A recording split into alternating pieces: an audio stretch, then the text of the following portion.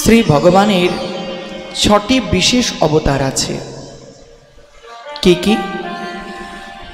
1 পরা অবতার, 2 বৈভব অবতার, 3 বুহ অবতার, 4 অন্তর্যামী অবতার, 5 অর্চা অবতার, আর 6 নামা অবতার। 6টি হলো তো? আচ্ছা, পরা অবতার কাকে বলে?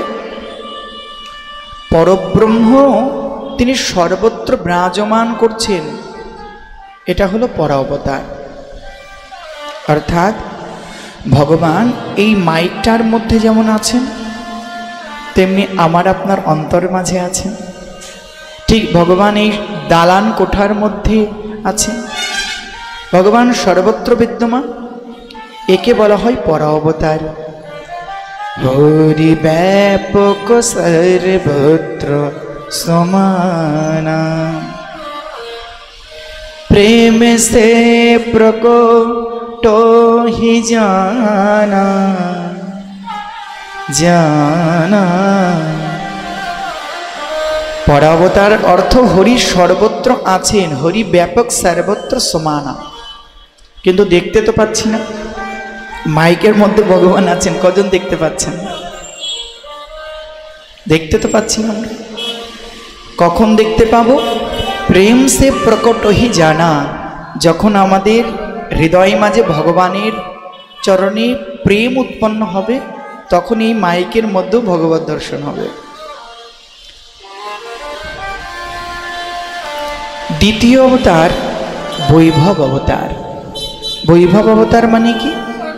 স্বয়ং ভগবান যখন রাম রূপে, কৃষ্ণ রূপে, রাম রূপে, বরাহ রূপে বা অন্য রূপে স্বয়ং আবির্ভূত হন, তখন তাকে বলা হয় বৈভব অবতার।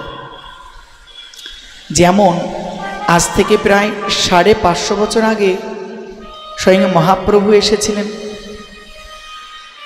তিনি বৈভব অবতার, সাক্ষাৎ ভগবান প্রকটিত হচ্ছেন। আবার 5500 বছর পূর্বে ভগবান শ্রীকৃষ্ণচন্দ্র এসেছিলেন, বৈভব অবতার। আবার 1,88,00,000 বছর পূর্বে ভগবান শ্রী রামচন্দ্র এসেছিলেন। কি অবতার তিনি? বৈভব অবতার। তৃতীয় অবতার হলো বুহ অবতার। দেখুন ভক্তগণ, পরা অবতার সর্বত্র বিদ্যমান, আমি আপনি দেখতে পাচ্ছি না, আমাদের কোনো কাজে লাগছে না, মানে বিশেষভাবে আমাদের তেমন মঙ্গল হলো না। বৈভব অবতার রূপে ভগবান আসেন, লীলা করে চলে যান, তো আমরা তো দেখতে পাচ্ছি না, তাহলে আমাদের আর কল্যাণ হলো না। তাহলে আমাদের কল্যাণ কি করে হবে সেটা আমরা জানব। তৃতীয় অবতার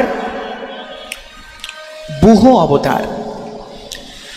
ভগবান যখন নিজের স্বরূপকে অন্য স্বরূপে প্রকট করেন, তখন তাকে বুহ অবতার বলে। যেমন নিত্যানন্দ প্রভু, লক্ষণ ভাইয়া, বলরাম ভাইয়া, এনারা হলেন ভগবানের বুহ অবতার।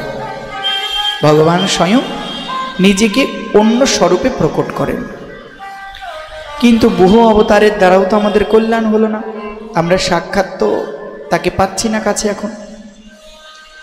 বেশ, চতুর্থ অন্তর্যামী অবতার।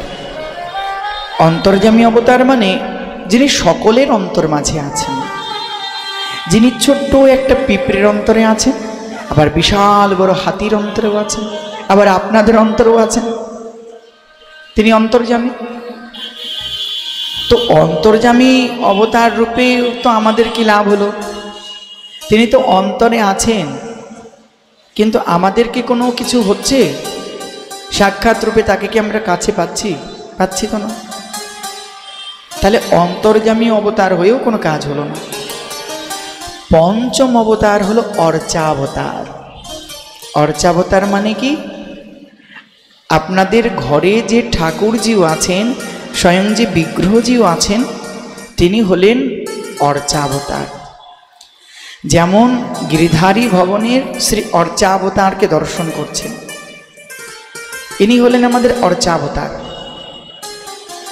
আর যে অর্চাবতার, এই অর্চাবতারে কি লাভ হয় ভক্তগণ? এই অর্চা অবতারকে কেউ যদি প্রতিদিন অর্চন করতে পারে, প্রত্যেক দিন পূজা করতে পারে, তার চরণে পুষ্প তুলসী দিতে পারে, তাকে সুন্দর করে সেবা দিতে পারে, তবে লাভবান হবে। কারণ ভগবান দুই স্বরূপে সাক্ষাৎ এই জগ মাঝে অবস্থান করছেন। ভগবান বলেছেন, এক তো অর্চাবতার রূপে, দুই নামাবতার রূপে। মানে আমাদের ঘরে যে বিগ্রহদেব আছেন তিনি সাক্ষাৎ পরব্রহ্ম ভগবান। এমন নয় পুরীধামে যে জগন্নাথ মহাপ্রভু আছেন তিনি সাক্ষাৎ পরব্রহ্ম, আর আমাদের ঘরে যে ঠাকুর আছেন তিনি সাক্ষাৎ নয়। কেউ যদি এই প্রকার অনুভব করে তবে তার অপরাধ হয়ে যাবে। সাক্ষাৎ পরব্রহ্ম পুরী ধামে যেমন আছেন, অর্চা অবতার রূপে আমার আপনার ঘরেও আছেন। এই বিশুদ্ধ ভাবনা যদি না থাকে তবে আপনি ঠাকুরকে যতই অর্চনা করুন না কেন, ভগবানের কৃপা আপনি লাভ করতে পারবেন না। তাই অর্চা অবতার রূপে সাক্ষাৎ ভগবান এই জগজীবকে কৃপা করেন। ষষ্ঠ অবতার নামাবতার। নামাবতার মানে কি? নামাবতার মানে হরি নাম রূপ অবতার। স্বয়ং ভগবান এই জগৎ সংসারে হরি নাম রূপে প্রকট হয়ে আছেন। মানে আমরা যে হরি নাম করি না, হরে কৃষ্ণ কৃষ্ণ কৃষ্ণ হরে হরে, হরে রাম রাম রাম হরে হরে। ইনি হলেন নামাবতার, সাক্ষাৎ হরিনাম। ভগবান হরি নাম রূপে তো সাক্ষাৎ শ্রী হরি এই জগৎ মাঝে আছেন। সাক্ষাৎ হরি নামও যা, সাক্ষাৎ মন্দিরের শ্রী ভগবানও তাই, কোনো ভেদ নেই। হরি স্থানে অপরাধে তারে হরি নাম, তোমা স্থানে অপরাধে নাহি গোয়েরা। শ্রী হরির সেবা করতে করতে যদি অপরাধ হয়ে যায় তবে নাম প্রভুর করুণাতেই সেই অপরাধ খণ্ডন হয়। অর্থাৎ এ জগৎ মাঝে ভগবান তারক ব্রহ্ম মহানাম রূপে প্রকট আছেন। নাম নামে অভেদ, যেই নাম সেই কৃষ্ণ ভজ নিষ্ঠা করি, নামেরও সহিত আছেন আপনি শ্রীহরি। অর্থাৎ শ্রী ভগবান আর নাম ভগবান অভিন্ন তত্ত্ব। এই বিশুদ্ধ শ্রদ্ধা নিয়ে কেউ যদি প্রত্যহ অর্চাবতারের অর্চন করেন এবং নামাবতার হরিনাম করেন, তবে একই জন্মে সমস্ত পাপ প্রারব্ধকে খণ্ডন হয়ে সে এক জন্মেই মহাপ্রভুর চরণ যুগল প্রাপ্ত হতে পারবে। বলে শ্রীমান মহাপ্রভু কি জয়।